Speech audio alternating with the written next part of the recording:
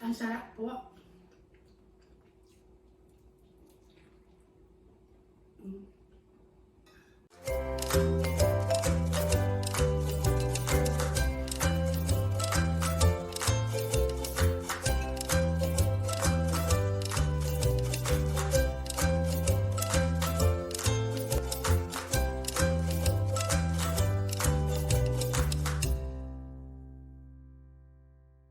Hello, welcome to Jelly's Kitchen. Today we are making a requested dish by Grace Abilia. She requested me to make an upgrade fried chicken.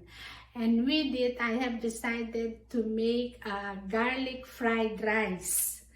And also I want to mention, for those who are not subscribed yet in Jelly's Kitchen, subscribe so you will not miss any of my upload video. See you in Jelly's Kitchen. So here we have a clean and dried drumstick. First, I will marinate it with garlic powder. This is a tablespoon of garlic powder. And we have a dozen of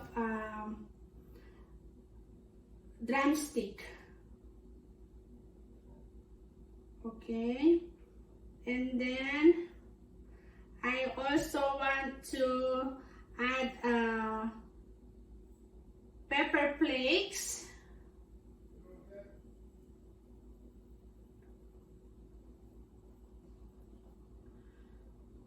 I would like to add poultry seasoning.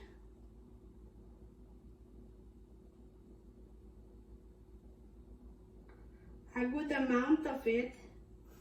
And then the salt. I am assuming I am using a teaspoon of salt here. And I'm using a sea salt. And then we have cracked black pepper here.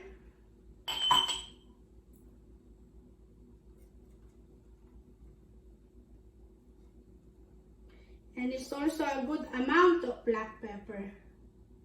It's about a teaspoon. And then I am using a cup of milk. Soak the chicken in milk and refrigerate it for at least 4 hours before we do our deep frying.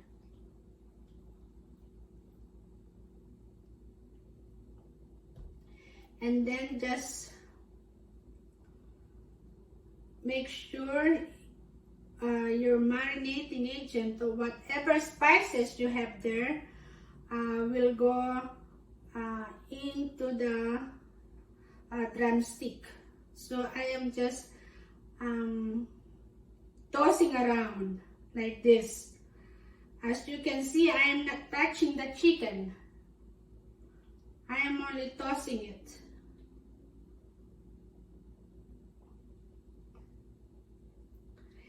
And then you, like after 2 hours in the refrigerator, you flip the chicken. Now this is ready to go in the refrigerator for 4 hours. In 2 hours, we flip the chicken. So after 4 hours, we are now ready for deep frying. Here we have a cup of all-purpose flour and a half cup of cornstarch, and we mix them together.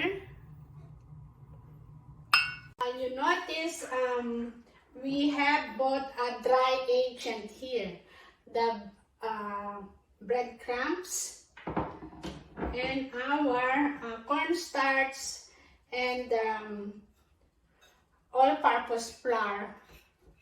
It's because our chicken is already soaked in milk.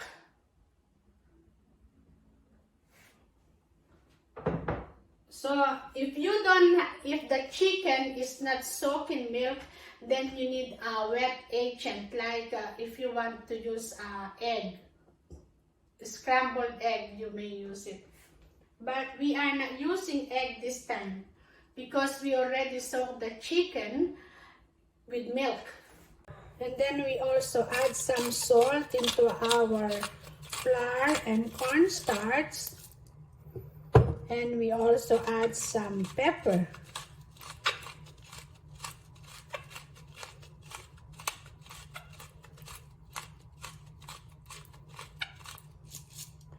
And then we mix our mixture of cornstarch and all-purpose flour.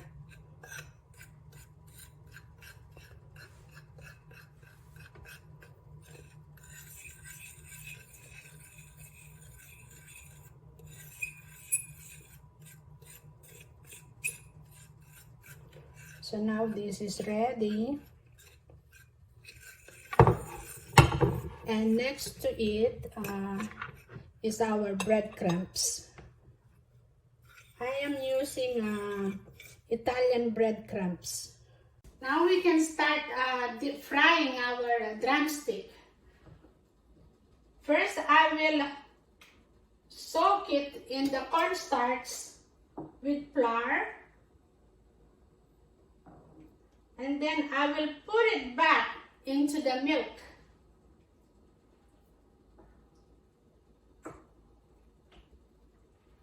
And then I will dip it with the breadcrumbs.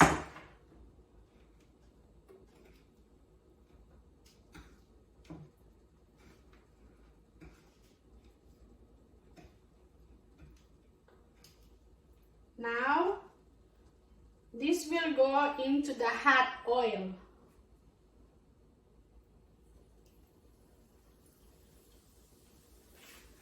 And just repeat all over again. Dip it first with the cornstarch. Put it back in the milk.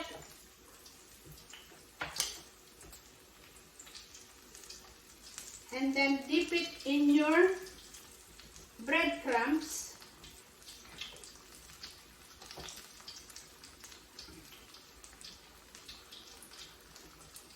And then it'll go into the hot oil.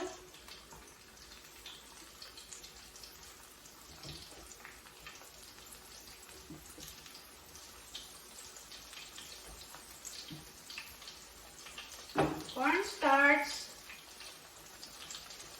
Put it back into your marinating agent, which is the milk. And then into your breadcrumbs.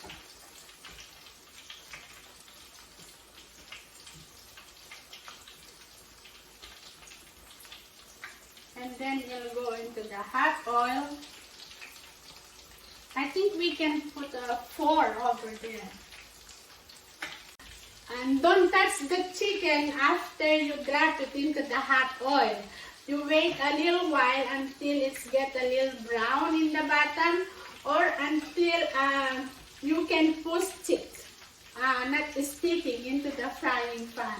Folks, that's how they look. They're looking so beautiful. Yan.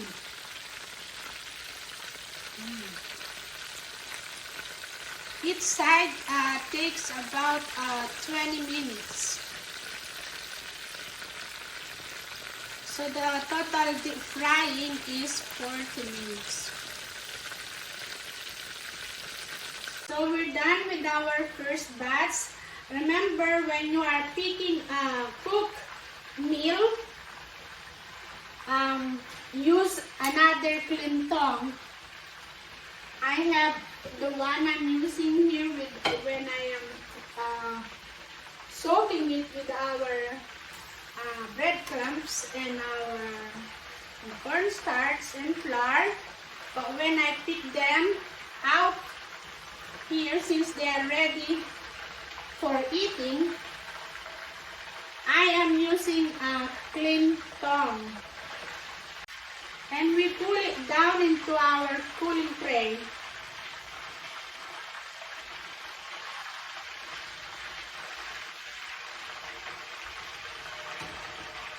They are beautiful, folks. So, ayan po. Tapos na tayong magprito ng ating level up na fried chicken. Ayan. So, next to do is our fried rice.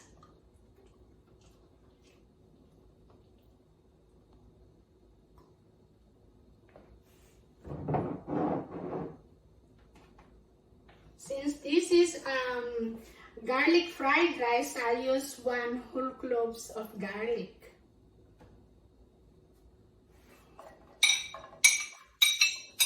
First, we saute our garlic, our scrambled egg,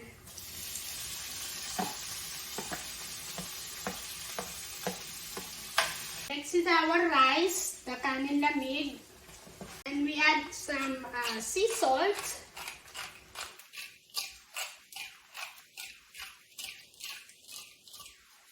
and some black pepper,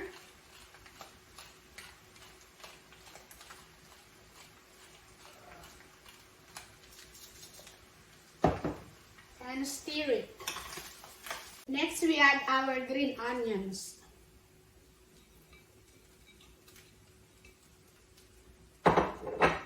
And again, you stir.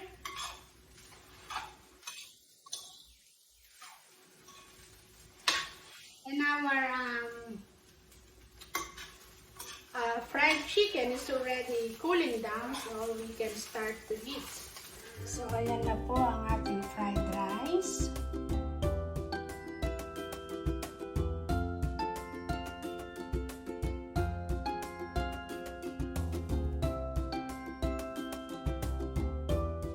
So, tapos na po tayo magluto. Ayan na po. Ayan na po ang ating fried chicken leveled up.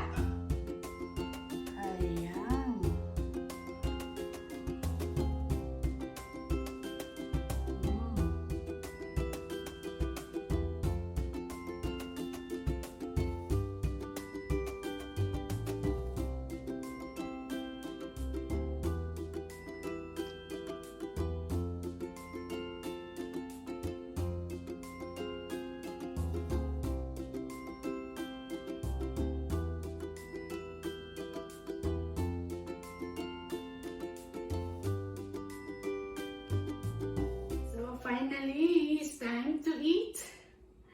I have here is a mixture of mayo and ketchup. One of my favorite dipping sauce. Let us find out how good this chicken are. Unang subo po.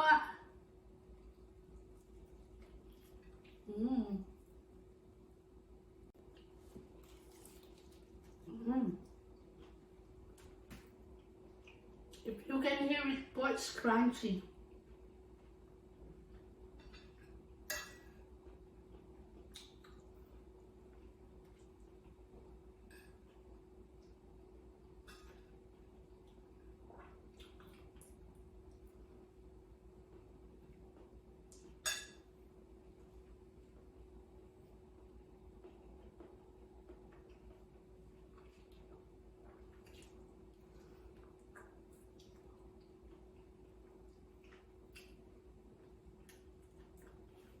Ang sarap po.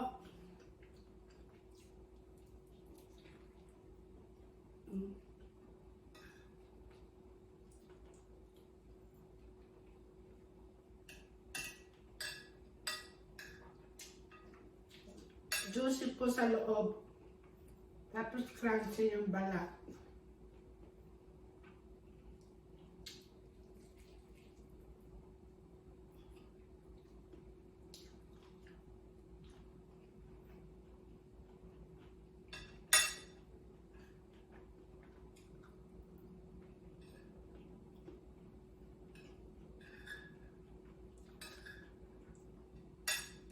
masarap din po itong ano natin, itong garlic rice.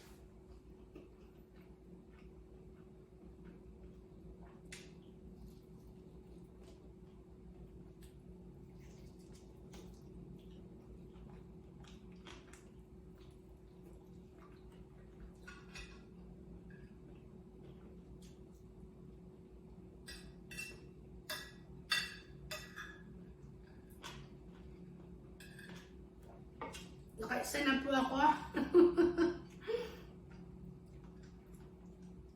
If you like, you may share this video. And thank you for watching. See you next time.